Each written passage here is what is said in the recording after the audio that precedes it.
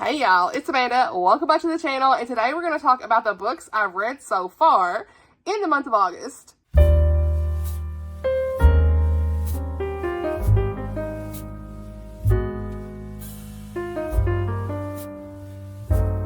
Alright y'all, so this video is a little impromptu for me. I didn't really plan to do this, but I have read 12 books so far this month and thought it would be a good idea to go ahead and just get this out the way and talk about what I've read.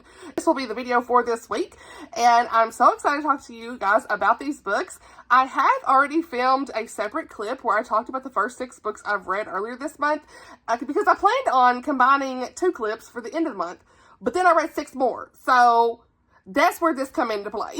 Okay, so that's why I'm doing this video here. But anyway, I didn't want like a too long of a video, which this is probably already going to be long enough, talking about these 12 books. So one of them is a graphic novel, so take that for what you will, but I am so excited about these books. I've had a good reading month so far, lots of audiobooks.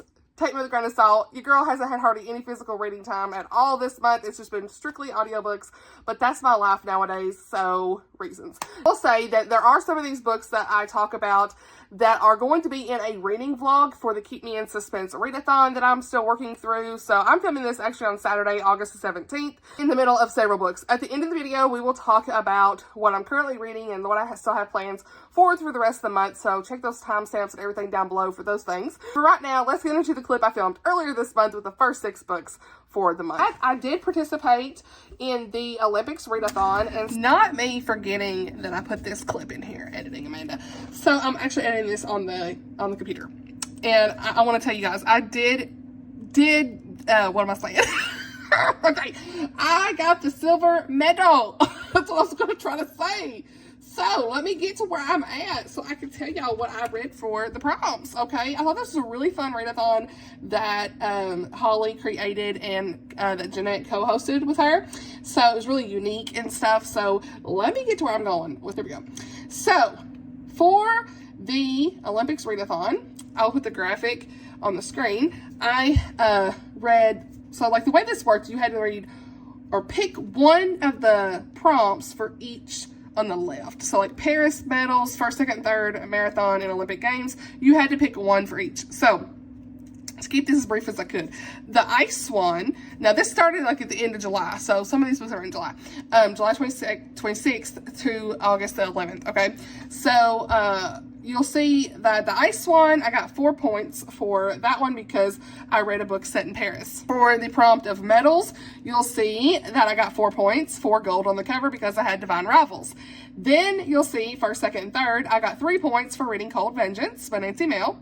And then for marathon, you'll see I got 4 points for reading for 3 hours straight, but Hes My Grumpy Neighbor. I listened to the audiobook for 3 hours straight. Does that count?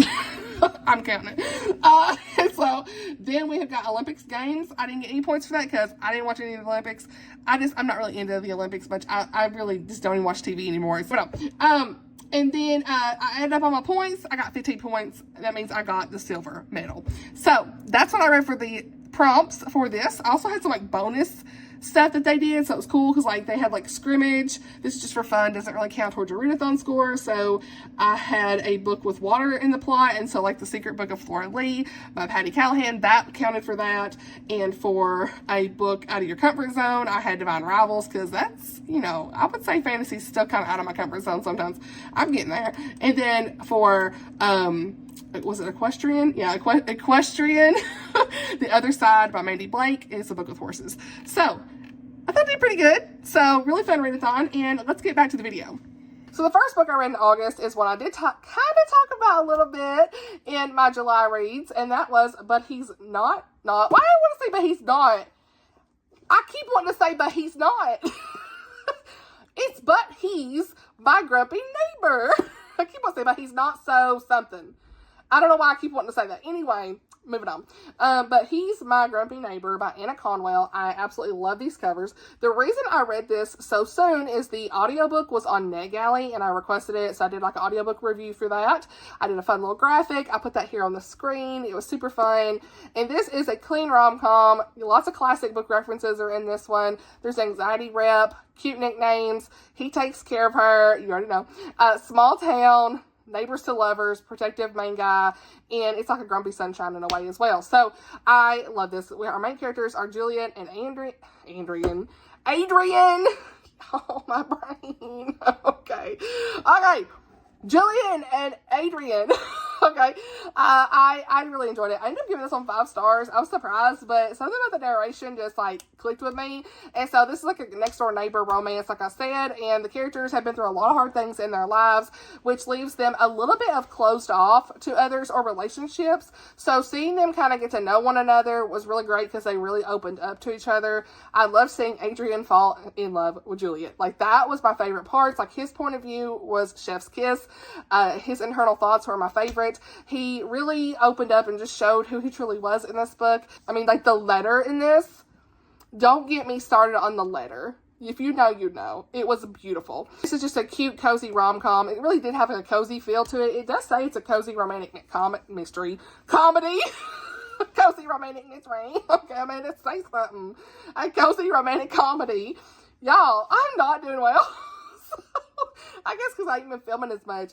But, yeah, so it's like, feels like really cozy, has good small town elements, a small town bakery, cookouts, family nights, bingo nights, sibling group chats. Like, I love those things, and there's like some fun Mr. Darcy classic book references in this too.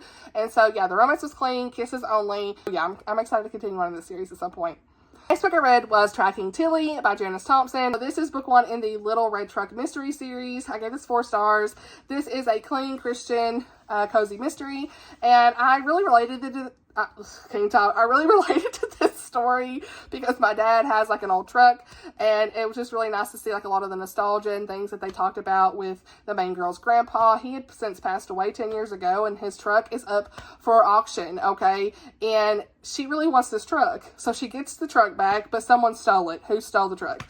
And this is set in a little small town in Texas, so you see her in her antique store and things like that, and has some really great character relationships, but you know, she's really wanting to find that truck. And so we have this guy, Mason, who is her old high school flame, and he's kind of helping her a little bit to figure things out. You really don't know about him right away, but he grew on me. And so, yeah, our main girl is Raylan, I should have said. And so she's just trying to figure out what happened. We have some small town drama, romance subplot. You know, I did get the characters mixed up a little bit sometimes. I can't remember if I said that in my vlog or not, but like the side characters. But overall, it was a good read, feel good story, that kind of thing. You know, just stuff from like back in the day, talking about memories and things like that. So, yeah, I really enjoyed this one. Now, is this the pizza resistance? Is it the pizza resistance? I don't know. I'm sorry I didn't do a vlog for this, y'all, but I just wasn't feeling filming for it, and like I really didn't have a whole lot to say up until the end. Divine Rivals by Rebecca Ross. I gave this 4 stars. I buddy read this with my friend Teresa at My Cozy Reading Life on Instagram, and I'm so glad, number one, that I buddy read this with her because I needed somebody to talk about with some of the things, but I just, like I said, I didn't have a whole lot of thoughts that I could share in a vlog up really to the end with some reactions. So yeah, but anyway, this was a 24 and 2024 book, so we love to see it. I think I got 9 left for the year, so we'll see how that goes. But this is Rivals to Lovers. It is a secular YA fantasy. There's a war among gods. There's young journalists who find love through this magical connection. They're like writing on typewriters and stuff, these letters back and forth. So I really enjoyed this more than I thought I would. It was kind of sitting at like a 3.5 for like the first half, and then by the end I bumped it up to 4. So in this book, we have 18-year-old Iris, and she just wants to try to like hold her family together. Her mother's suffering from addictions. Her brother is missing from the front lines. There's this war among gods and all this stuff. Her best bet is to just try to win the promotion at the Oath Gazette, where she's like writing stuff and like articles and things. And so she ends up writing these letters to her brother, who is missing from the front lines. She's just kind of writing that to like cope with it. And she slips them beneath her wardrobe door, where they vanish, and they end up going in the hands of this guy, Roman Kid, who is her cold and handsome rival, okay, at the paper. Now, he's like, okay, I figured out who this is. And so he ends up writing her back anonymously, and they forge this connection, and it follows them through like battles and all this stuff that they don't expect, okay? Now, I loved Roman and Iris. I did not care at all about the war, the gods and stuff. Missed me with that. I didn't care. Like, that's why I was like, I don't even know. It didn't even feel like fantasy to me for some reason. I was just like, okay, whatever. I did listen to audio with this too, so maybe that's it. But I just didn't feel like it's fantasy, really. I mean, I just really was here for the character interactions. Roman and Iris, I love their banter, their letters together, the things that got revealed in the end. I love the romance. That's it. That's all I was here for. That's all I was here for. So I wasn't as interested in the first half, like I said, but that last 50%, lots of action, battle, bombs, all this stuff going down. So 4 stars is where I landed with it. So I'm excited to read the next one. Teresa and I are going to try to pick that up at some point. I need to know because it leaves off on a cliffhanger and you kind of got to know. I just have to say, I love the letter from Roman in chapter 33 and like the events after that with Chef's Kiss, but content. Now we're going to talk about content. So in this book, to be clear, there is one open door marriage bedroom scene described. And I don't know how I feel about it. I wish it wasn't in a YA book, honestly. I do appreciate that the characters were married. And I know the intention behind it's more like romantic and sweet. It rode a fine line for me though. Any further, I was I had to skip. So yeah, I would say I have to find, like, I meant to actually tell y'all where that was. So if you want to skip this scene, it would be on like page 312 to 315-ish, like chapter 39. So it's like 3 pages of them, but I mean, it is what it is, I think if you're someone who is bothered by more physical intimacy, then that's a scene you probably want to skip. But I mean, it was fine, I guess, but I wish it wasn't in here. At least it was like they were married, but it didn't need to be there, I will say. But other things in content, there's some small language in here. It's very minimal. There's one female character who's mentioned to have a wife. I was listening to the audiobook. Honestly, I don't even know where it is. Apparently I missed it. So that's how small it was. War scenes with violence, blood, all that stuff. Nothing too much on that front. And there's some death, that kind of stuff. So that's the content with it. I really enjoyed the book for what it was. And the romance and stuff, I was here for it. So yeah, I'm definitely going to read the next one. So that's my thoughts, really. I don't really have a whole lot to say. So, yeah. Anyway, the next book I read was The Secret Book of Flora Lee by Patti Callahan Henry. And I gave this 4 stars as well. And this is a really interesting book. It's hard to explain what this is, but it's a woman who discovers a rare book that has connections to her past, long-held secrets, and about her missing sister, and their childhood spent together in the English countryside during World War II. All this stuff gets revealed, okay? So we're in this a dual timeline. We're in 1939 and 1960 for this story, where we follow Hazel as a young girl and a grown woman.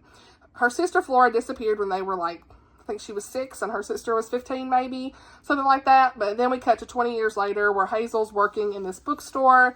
A package comes and it's illustrated books of this like magical world called Whisperwood. And Whisperwood is a world, a magical world. Think of Narnia, truly. Of course, Patti Callahan, she's gonna be writing like a Narnia type world, but she calls it Whisperwood, and it's this magical world that Hazel and Flora had between just the two of them. And so when she gets this book of all these illustrations of Whisperwood, she's like, is my sister still out there somewhere? Because this was only between us. Who knew about this other than us? And so she goes on this journey to find out what really happened. I really enjoyed this. There's a few things like with the romance. I didn't care that Hazel even had a romance in this, honestly. I was invested in the sister story and everything. Some of the dual timeline stuff, I'd be like, wait. We're back in 1960. I've got to like remember where I'm at kind of thing. So that kind of whatever, but it did give you some good backstory and what really happened, and it's to keep the reader engaged, so I understand, to try to help figure it out along the way of like what really happened to her. But Patti just has a really good writing style that's gonna like make you really think, make you feel like you're there. This is a quick read, I promise. It's like, I promise you, it's so quick. I felt like, wow, I read it within like a few days.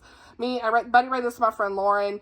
I really enjoyed talking about this with her because along the way, like each day would be like, okay, got to chapter 20, got to chapter 25, that kind of stuff. And we would just talk about kind of the things of what we were thinking. I'm like, it has to be this person. Oh, is it? Oh, what? The plot twist. What?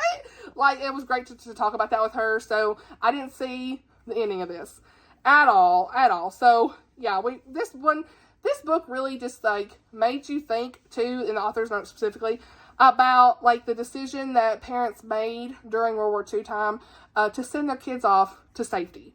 And that's what happens with the two girls. They're sent off to safety by her mom, and the next thing you know, Flora's gone. And so there's all this guilt for that that Hazel carries. Like, you see the grief of their mother, of what she went through, of losing a child. And I think she's dead all this time. And to get those books, it's like, is she still out there somewhere? What happened? And so I really like this. I thought that the writing was done very well. The only reason it's not 5 stars is the romance with Hazel. She kind of had like a love triangle thing. I didn't care. Sometimes I got confused with where we're at with the timeline, those kind of things. But overall, I recommend this to anyone who loves a good historical fiction. This is secular, so there is a little bit of language as far as content goes. There is a missing child and grief associated with that from a sibling and a parent. There's some more details a little bit. I wouldn't say this is like a big World War II story. This is more so like the family stuff going on, you know. There is a small bedroom scene in this. I honestly, when I was listening, I guess I skipped it kind of because I don't even remember it being that much. It wasn't anything crazy or explicit that I thought, but I can't remember. So if I'm like feeling that way, it probably wasn't that bad, but you know, you might want to look it up. I don't know.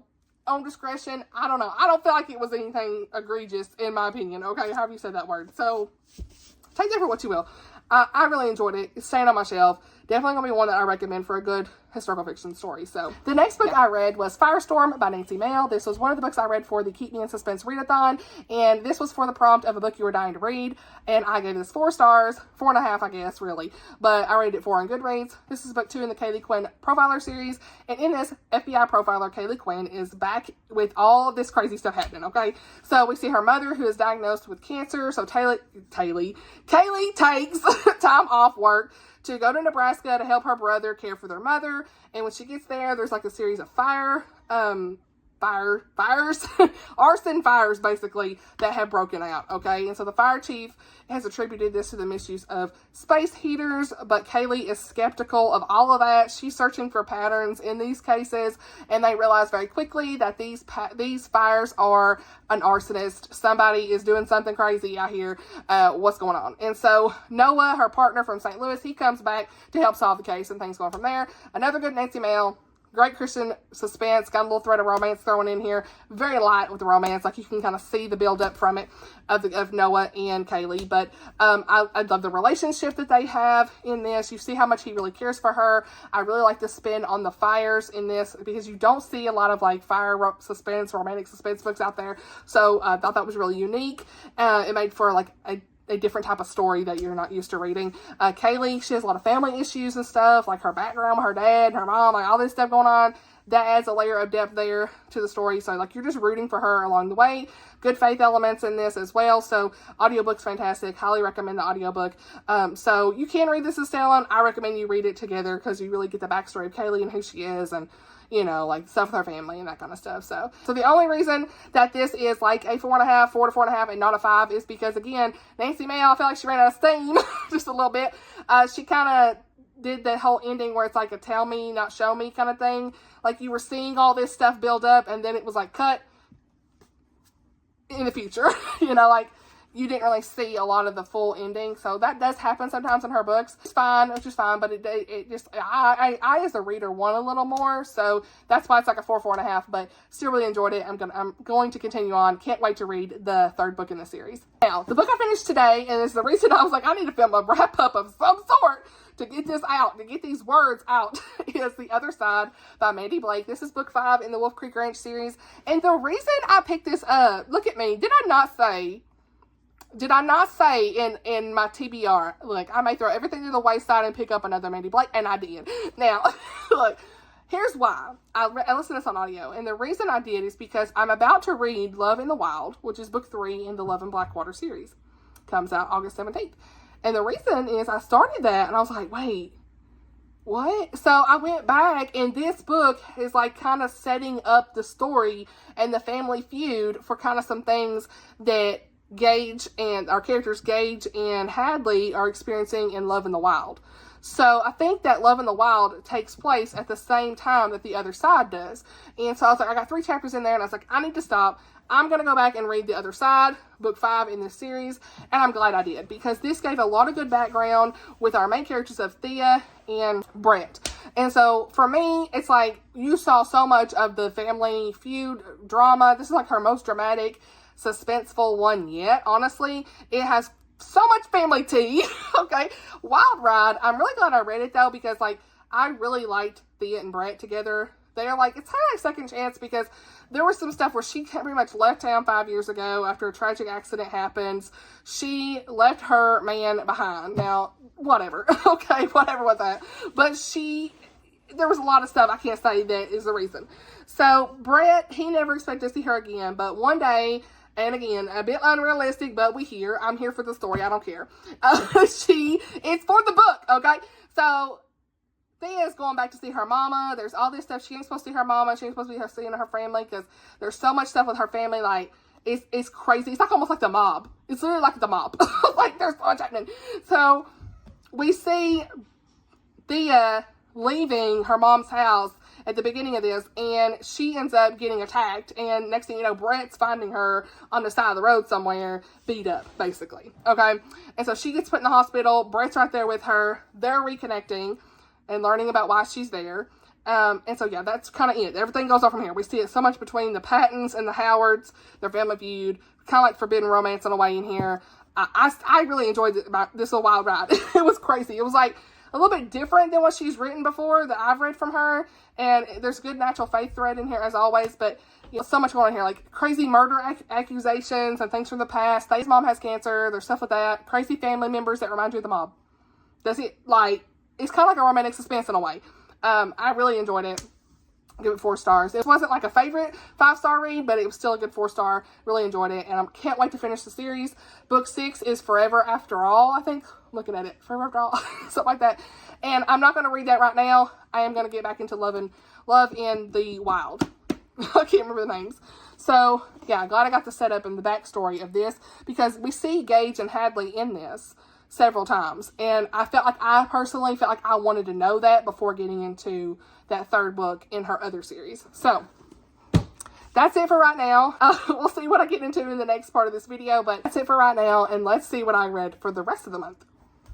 All right, y'all. So since then, your girl has read several other books, and I want to talk about the first one being book 3 in the Love in Blackwater series is Love in the Wild. I put the picture on the screen. I don't have a physical copy just yet, but I love this book. It came out today, so it is available on Kindle Unlimited as well. All of her books, I believe, are on Kindle Unlimited. And this is one that I actually gave 5 stars to.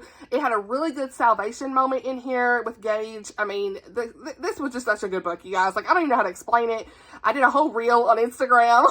I'm like dabbling in some reels, okay? I'm really trying to get into it, because I'm not good at like filming the reels myself. Haven't really got the confidence to do that for some reason. I don't know why. Maybe it's just short content. I'm like, I ain't got enough time to talk. Okay, anyway. I guess I don't think it's that long. I don't think you got maybe a minute and 30. I don't know. Anyway, this continues the theme of high romantic suspense, intrigue, all that stuff, the family feud. This one actually takes place during the same time as The Other Side. And so you really see like the point of view more so of Gage and Hadley in this book, in the Love in the Wild book, compared to The Other Side, because like the way The Other Side ends is you really don't know what's going on with Gage and Hadley and like where he stands with stuff. Like everything just like came up. It's like a suspenseful ending. It was crazy. And so then we finally continue that side halfway in to Love in the Wild. Okay, so halfway through is about, I think it was about halfway through, 40 to 50% is when we saw the ending of The Other Side in Love in the Wild. Does that make sense? I don't know. They cross over. Is the best way I know how to explain it. And so, yeah, I had just been highly anticipating Gage's book, though, since Love for a Lifetime, because he is this very, like, rough around the edges guy. He is very like bad boy image in a way, and it's really grumpy sunshine. The feuding family stuff is wild. It still continues in this.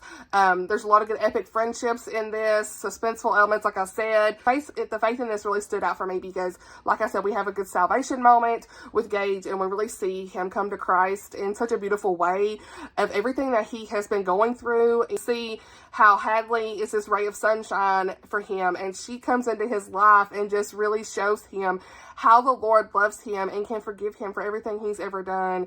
And she sees the good in Gage, and I love that about her. They had this like fake relationship a little bit in this one due to the circumstances of the family feud, and they find themselves finding real love together, so it was really sweet. These characters really, they just hold a very special place in my heart throughout this entire series, the Love in Blackwater series and the Wolf Creek Ranch series. I need to read book 6 still in Wolf Creek Ranch. I have this beautiful faith message in this book that really no one is perfect, right? And the Lord is there with his forgiveness as always. And so he gives us mercy and grace no matter what we've done in our past. And you really see that with Gage and his story and his coming to Christ moment in this. And so many, I think, need to hear this message today. I love that Mandi does not shy away from the gospel of Jesus in her stories. It's so well needed. I love it so much.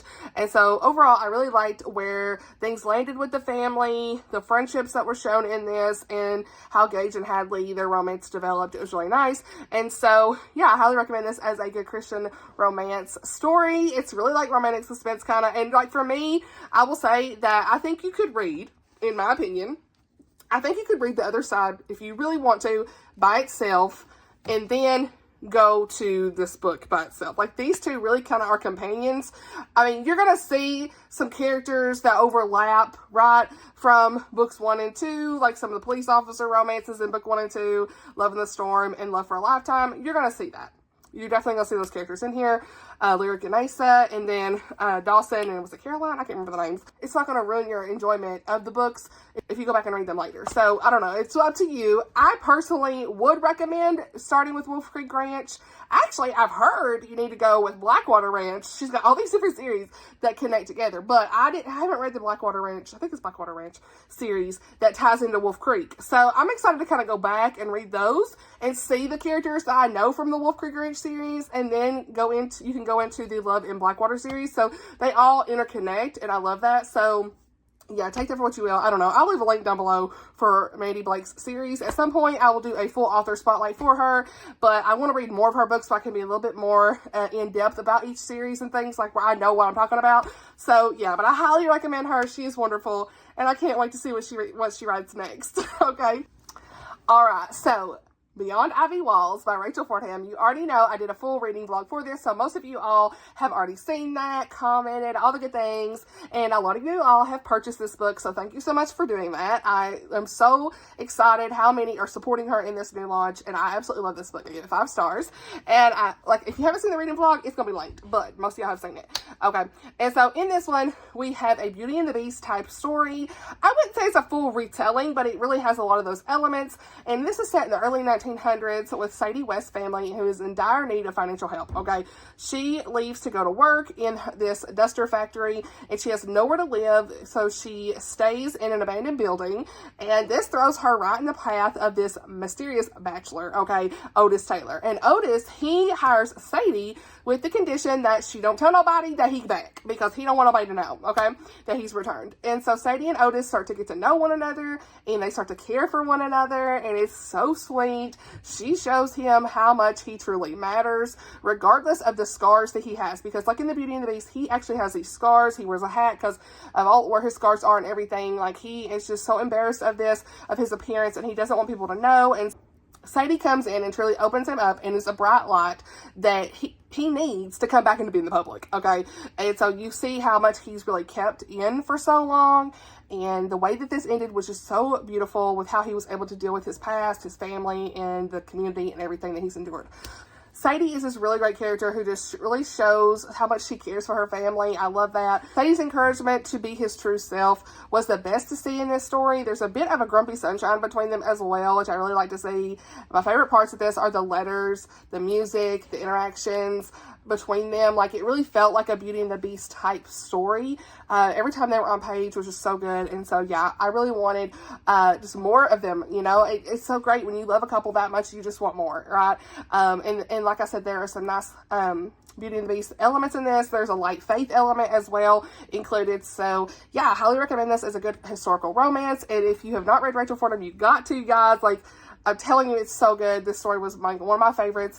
I still feel like I like the Letter Tree a little bit more than this one, but either way, they're both really good. Where the Robins too might be 1 and 2. Those two might be 1 and 2, but then this is definitely in third place. Obviously, there's only 3 books I've read by her, but I'm definitely going to be reading more by her soon.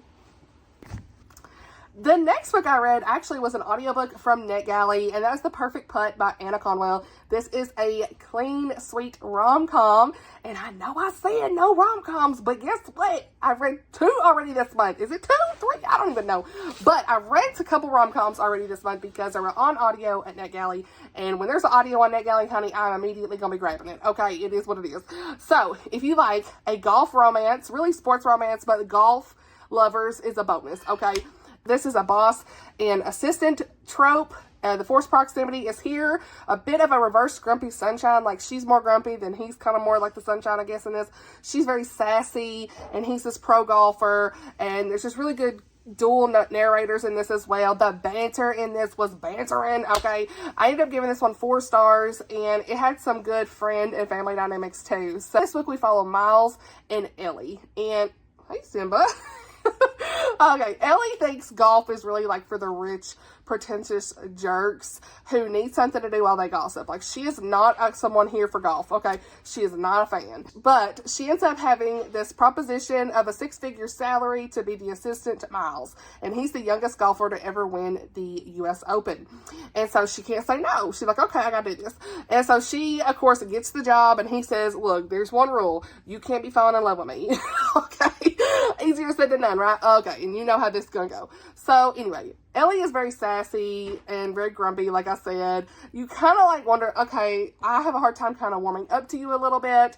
I don't know. I didn't really know how I felt about her for a while, but you really see her going through a lot of these different emotions of not liking golf, being grumpy with Miles, and then going into some sweet moments with him. And so I ended up really liking her. By the end, the first part, half of it, I was like, oh, I don't really know how I feel about her, but by the end, I was here for it. So their banter was funny. I really liked how Miles stood up to his parents in this, because there's some like generational curses and stuff, breaking those curses mentioned in this book. So you see a lot of like the dynamic of him and his parents and how that's like a toxic relationship for him. I really liked how he stood up to his parents by the end of this book. And so, yeah, I think that Anna did a really good job with this. I love her writing style. It was great. And honestly, there's not a lot of golf romances out there, you guys. So if you are looking for one, this is it, okay? And I love this cover. So the more I read by her, the more I enjoy. I think the 3rd book in this series, because the first one was The Golden Goal, which I read last month, or I listened to on audio. And so that was a hockey, obviously, goal. Amanda, that was a hockey one. This is a golf one, and the 3rd one's going to be a football one. So really excited about that. I think it comes out in December. So that would definitely be something I'm anticipating for the year. Again, I told y'all in the anticipated releases that like I didn't have everything ready, but I did notice that comes out, I believe, in December. So I will be looking on keeping a lookout, I should say, for that one. Okay, so the next book I read was The Winged Tiara by Janice. Now, it's so funny that I read this because it was not on my radar, not in my most anticipated releases, not really something I was planning on reading or anything like that. But the audio was on NetGalley, and so I was like, okay, let's request it. So I requested it and had it on my app, and so I decided to listen to it. It released August the 13th, the same day as Beyond Ivy Walls. And so I thought, let's give it a go. I read the Ice one, really enjoyed it. And so this one, actually, I gave 4 stars. It was a surprise. I was actually surprised how where I landed with this. Honestly, I don't know why, but it was giving me everything Mr. and Mrs. Smith. Y'all remember that movie with Angelina Jolie and Brad Pitt? This was it, okay? I was like jewel thieves, high stakes, banter. I really enjoyed it. Now, I want to be very clear that just because this is Thomas Nelson published, this is not a Christian fiction. I want to make a statement that just because it's Thomas Nelson, it is not Christian fiction all the time, okay? It could be clean. There could be some content that's not what you would expect. in a Christian fiction. So I went into this really knowing and looking into it and seeing how it was marketed, and it's not a Christian fiction from what I see. Like, the author doesn't claim it to be that. NetGalley didn't even have it under Christian in that section. It was just under the adult and historical section, all that stuff. All of Janelle's books are not marketed Christian at all.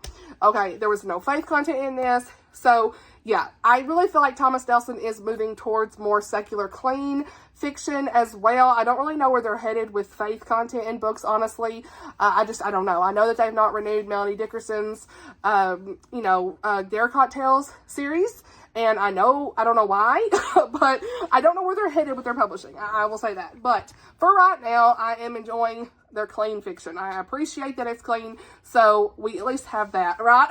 So, yeah, and it doesn't always have to have faith content in it. It's nice to have sometimes, I think, but, this was a good story. It was a good, if you consider this a good secular historical fiction story, historical romance, this was good. It does have content, though, that I would say is a little objectable, right? Because we start this book off with Jasper and Esme celebrating the end of World War One in 1918, and they had got married after knowing each other for one day. So it's almost like a one night, not stand, but like one night celebration marriage in the Fade to Black. Okay, so they got drunk, all that stuff. So that is where it opens up. And so if you think this Christian fiction, you're gonna be like, wait a minute, let's pump the brakes. And it's not. It's definitely not. So that's the only thing that's like, okay, I need to be clear. So anyway, I still like the story for what it was, but the content, okay? The content really didn't bother me so much.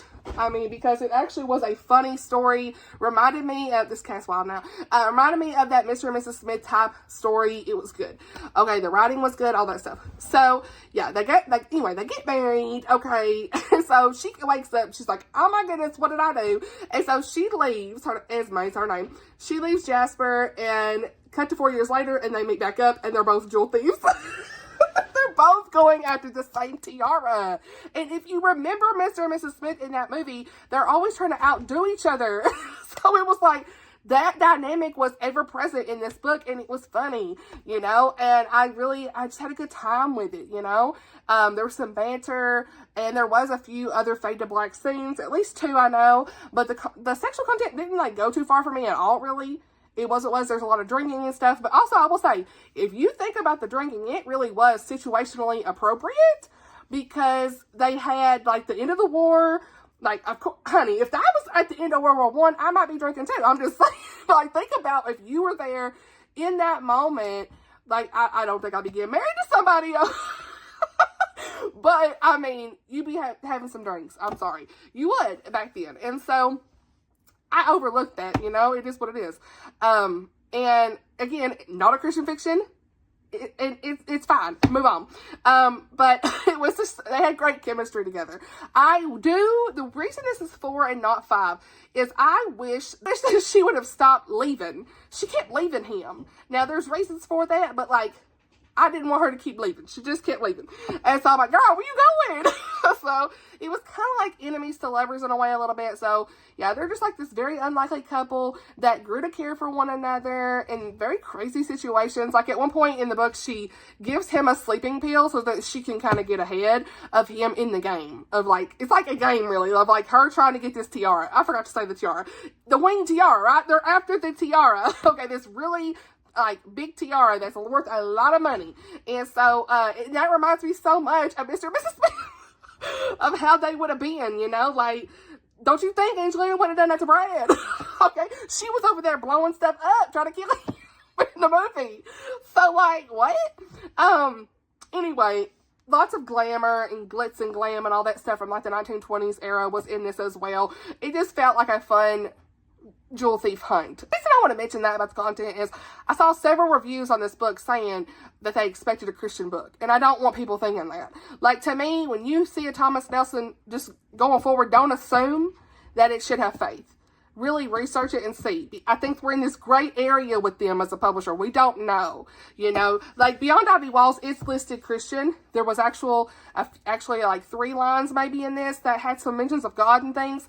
It wasn't over the top, but it was definitely mentioned and it had Christian. It was in the Christian section, but it doesn't say that anywhere on the book, right? Same thing with this book. I've ordered this book, actually.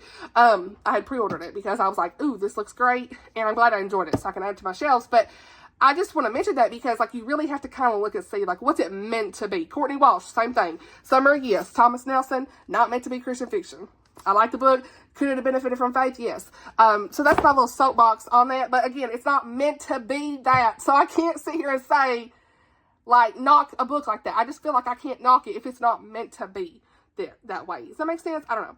That's just me. I don't want to, like, be that one. If, like, they're not even doing that in any of their books anymore, right? So anyway, I mean, it's kind of sad because you know where the world's going with stuff, but, like, at the end of the day, I'm so glad that we have a clean publisher who is willing to publish clean fiction, right? Like, they also publish, like, the Denise Hunter books. I love these books. They're clean. They don't have any faith content, but they're clean. They're clean. We're good, you know? There's just a lot of books that they're publishing lately that are at least clean and good. I think The Do-Over, Bethany Turner, I don't know if it has any faith in it, but it's clean. I've not read it, but people have said, you know, like, I'm just throwing that out there. Sidebar, sorry. Anyway, but back on this Winged Tiara book, as far as anything else, I really liked it. Some parts dragged just a smidge, but it was good. So, take that for what you will.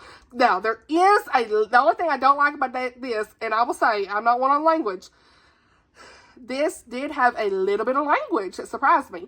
So, it had the B-A-S-T-A-R-D word. I don't want to say it, but that's what I had in here about 4 or 5 times, maybe 7. I don't know, 5 to 7 times, let's say. And I actually missed it in the audio narration, but I had the ebook from Hoopla because I really wanted to search it, and it had the D and H word in there, and I was like, very mild language, but like I didn't even remember hearing it. So that's how few times it was there. But just want to mention those words. It was in here, but didn't impact my experience in any way. I still really enjoyed the book, and I recommend it, but I just want you to be aware of content so you can make your decision for yourself. That's what we do here. Okay, so moving on. Okay, sidebar discussion is done. Oh, this is gonna be an hour long. I'm sorry. So actually that's it. I think I only got one more thing to talk about. I think, hopefully. So I did actually pick this up. Didn't put this on my blog or anything. I just put it on Goodreads because I didn't have a whole lot to say. But I'm working on the summer book bingo for Tiffany at Beautiful Minutia. She has a summer book bingo, and I'm almost done. I don't think I'm going to get the one for reread, but I don't really reread a whole lot, so we're here. But everything else I think I'll be able to check off. So I needed a graphic novel, okay? And so I ended up picking up this book, the second book in the Babysitter's Club, what is it? Graphic novel series, I guess. And I love this. I love this. It was so good. It was a quick, nostalgic read. Got it off Hoopla. They have all the other ones on there, so I'm going to definitely be borrowing those as I want to. But I really liked how, this is actually called The Truth About Stacey. And I liked how Stacey was working through her health issues. Of course, you know, she has diabetes. And so just like working through some of that with her parents and seeing how important it is in this book, a really good message about how important it is to have a responsible babysitter for children, and that the babysitters are like letting the parents know, hey, these other babysitter clubs coming in here and they're not doing what they're supposed to be doing, and like they see something wrong, this kid was by himself kind of thing, and they like tell the parents. I really like how they were doing that and letting people know. Really good resolution in the end as well with Stacey and her old friend. So it was a really good one. I really enjoyed it. So I'm just, every time I pick one of these up, it's like nostalgia. I really liked it. So yeah, that's everything I read so far this month. Okay, now what's on the list for the rest of the month? Okay, y'all want to know? Sure you do. Sure you do. All right, so, or actually what I'm in the middle of, which is quite a few books. Okay, so y'all are gonna be like, what, Amanda, what are you doing? Okay, this cat's running around, by the way. Okay, oh, there's that book. Y'all remember when I said in the last video where's where we had, or what we had? Honey is behind me. There we go. Anyway, okay, so I'm currently reading Beneath the Surface by Lynn H. Blackburn. This is a book I'm reading for the Keep Me in Suspense Readathon, so this will be in a reading vlog coming up, and I'm really enjoying it. It's at least 4 or 5, we'll see, I don't really know, but it's definitely not going to be any less than a 4. So, I'm like halfway, not halfway, by saying, page 79. So, I will say, the audio for this is not that great. So, yeah, the lady who, narrates this sounds really historical, all that mess. And I'm like, I've heard her narrate a lot of Christian fiction historical books, and it's just, her voice is too historical for me. It's not working for this, so I'm having to physically read this the best I can, so it'll take me a little bit. I also have In Pieces by Rhonda Ortiz still on my TBR for this month. If I don't get to it, it's going to go to the next month, but I really want to read this because Tammy's birthday at the Protagonist Pub was this month, and I've got to read this, you guys. Like, it's definitely one of her favorite books. She bought this for me for my birthday, and I want to make an effort to try to read it, so we'll see where I get, okay? It is a historical romance. I still need to read. I'm behind. This came out August 6th. I'm behind. Between the Sound and Sea by Amanda Cox. Okay, this is a Christian, just contemporary fiction story. I thought I had maybe like a bookmark or something in here, but I don't. And I love this cover. It's gorgeous. Haven't ever read anything by Amanda Cox. Heard good things. So it's definitely on my list to read this month at some point. Also, Shield of the Mighty. I'm on the launch team for this, and it comes out by Conwell Cassette. Comes out on the 20th. So I am planning on reading this for review. Hopefully I can get to it. Got to. I'm on the launch team. Get done, Amanda. Come on, you know. So speaking of launch teams, I did not agree to do Tessa Afshar's launch team that I talked about in that last video, just because there was a lot of things that I wasn't going to have time to do.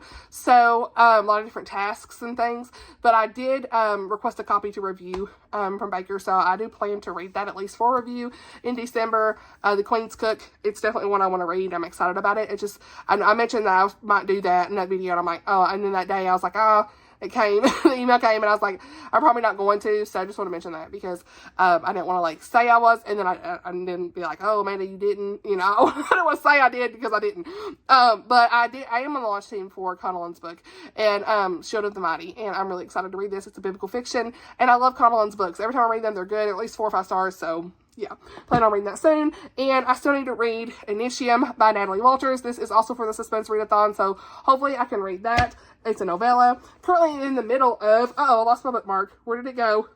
I think I was on 14. Yep. Oh, bookmark. I am currently in the middle of Hind's Feet on High Places by, what's her name? Hannah Hernard. I hadn't even said her name before. Anyway, I'm currently in the middle of this book. This is a read-along where Krista at Books and Jams is doing like a live show every week over certain chapters. And so I've only got a couple chapters left to read before tomorrow's live show. So excited to watch that. And there's a lot of lovely ladies on there. So I will leave a link down below to the live shows that they've had so far. If you are reading along with this, definitely check those out, those replays back, because the first one was such a great discussion about everything in this. This is an allegorical story, and I've never read anything like it. So good. It's so good. It's a good Christian allegorical story. The shepherd, Jesus, like just all of the things in this. And this is a beautiful edition. Like you'll have like these really just beautiful scriptures in here. This is only like $10 or $12 for US anyway. More like $20 in Canada, I know. But in the US, it's like $10 to $12. And it's just got these really beautiful illustrations in here throughout the story. And so I've been highlighting this and really enjoying it. It's just something I need right now in this time of my life. So that was a bonus ad as well. It wasn't really on my TBR until a little bit later. So yeah, I also am still trying to work my way through Elizabeth Elliot, Becoming Elizabeth Elliot by Ellen Vaughn. I don't know. I put it down for a little while, so still working through it kind of thing. We'll see. Was that it? So I am reading an ebook copy of Lisa Bevere's, this is a Christian nonfiction, new release coming out in September, called The Fight for Female. Reclaiming, what's it say? Reclaiming Our Divine Identity. And I know a lot of y'all want my thoughts on it. So I'm 15% in. I'm loving it. I like Lisa Bevere. I just do. She speaks it like it is. I really like her. She's actually going to come speak at our church at some point in September, so I'm going to go see that. Go watch that. I've watched her speak before. Very powerful. I really like her. So, yeah, I've got some of her books. I still need to read some of her other books, but so far I'm enjoying this one. She's on point with some stuff. So, it hasn't really been anything necessarily groundbreaking 100%, but it's been definitely just good reminders, if that makes sense, of some things. And so, yeah, I'm just kind of reading a little bit of that here and there. It's been like a week since I picked it up because I've been reading other things. But, yeah. But anyway, I think that's it for right now. I'm probably missing something else that's on my radar for this month. But, yeah. We're just trying to get books done. I feel like I've talked forever, but this is a mid-month wrap-up. This is the video for this week. I will hopefully have a video out next week. We'll see. My surgery's coming up on August the 28th, so I don't really know what the rest of the month looks like, but keep your girl in prayer. I'll be here. Nothing is wrong. This is a standard procedure. Don't really want to talk about it publicly. Everything's fine, but just like don't want to, you know, discuss it. So everything's okay. It's okay. Just a standard procedure I'm having, okay? Nothing's wrong. Health is good. So I know some of you have asked, you know, but I just want to ask for prayers during that time because it'll take me about a week to recover from that surgery, so everything will be okay. I just want to make sure that y'all are aware of, like, if I don't have any content, like, that's it. So I'll be reading and resting and all the things, but I've already mentioned that in my TPR anyway, but for those of you that didn't know, that's what's happening. So I don't know what the rest of the month looks like for content. I'll be here. I'm already kind of thinking about what I'm planning on reading for September, just trying to think through different things and whatnot. I know there's a series September Readathon coming out that Krista has that she announced today and all these fun things. So I don't really have any readathons that I'm really like getting involved in or hosting it the rest of the year just because of all of the stress I've had and just trying to take a step back and boundaries and all these things. I'm just like really like trying to hone in on family and priorities and things, but we'll see what I end up participating in the rest of the year. Vlogmas will be coming. I don't know what that's going to look like either, to be perfectly honest. Is it going to be a video every other day like I hoped? I don't know. We'll see. We will see. Your girl is like, woo, I don't even know where I'm at right now. But I do want to continue on, of course, with everything on the channel. Don't worry, I ain't going nowhere. But there may be some, like, break weeks, okay? I just don't really know. I don't want to do that, but it's when the mood strikes to film, like just like we did with the Rachel Fordham book, we were here, but like, I don't know. I just don't know. You know, I don't want to make any commitments. You know, the first year I was doing those good content plans, graphics, honey, I fell off that real quick because I can't keep up. I can't keep up. I do have like a video already scheduled for the month of September, I'll say, for some like a celebrity influencer book recs. Already got that done. So, you know, I'm doing my like little recommendation video themed whatever videos I talked about doing. The first one I did was like road trips, so I did film that, but I'm scheduling that out to September to like give me some like space to breathe here, and so if I think of like other things to do in the middle of this, I will. Like I know I've got several other recommendation videos I plan to do. I just haven't really gotten there yet, you know. I still want to try to read. I think that's another reason I'm reading more is I haven't been worried about videos.